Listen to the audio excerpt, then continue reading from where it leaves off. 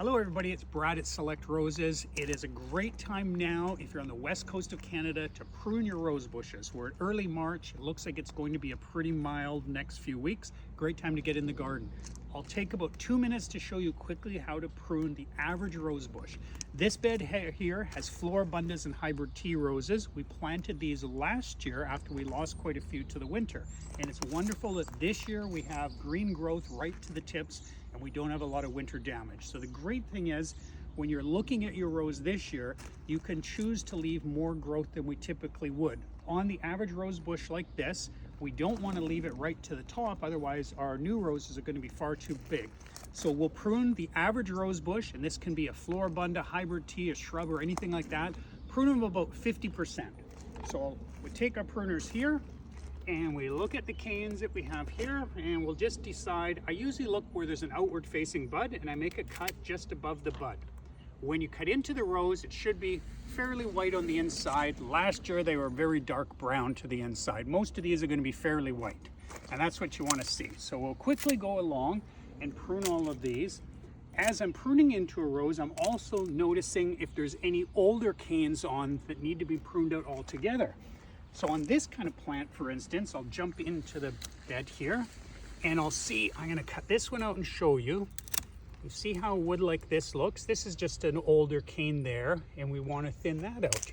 All the nice healthy wood though we're going to leave. Sometimes we'll choose to leave branching, which is this one here. So you see how I'm topping that off, leaving branching. We have some damaged wood down below on this one, and because we have a lot of great structure on the plant, this part of the plant here that was the early plant, I'm going to cut that out right down to the ground level. So you see how we've thinned that out. Some other old growth is down there that we thin out. Little bits like this that are in the middle of the plant are okay to trim out altogether. That's where a bit of disease will end up starting if we leave too much of that. So we'll thin that out. We'll continue working on these larger shoots here. Again, we're reducing by around 50%. If you read on pruning in a lot of books and things like that, they make it sound a little too overcomplicated when they talk about the angle. I don't really worry about the angle that you're cutting. Whether it's on an angle, whether it's flat, doesn't really matter, as long as you're just reducing the overall growth. Now, this is part, again, of the original bush here to the inside, and it's crowding the plant out. So I think I'll thin that out.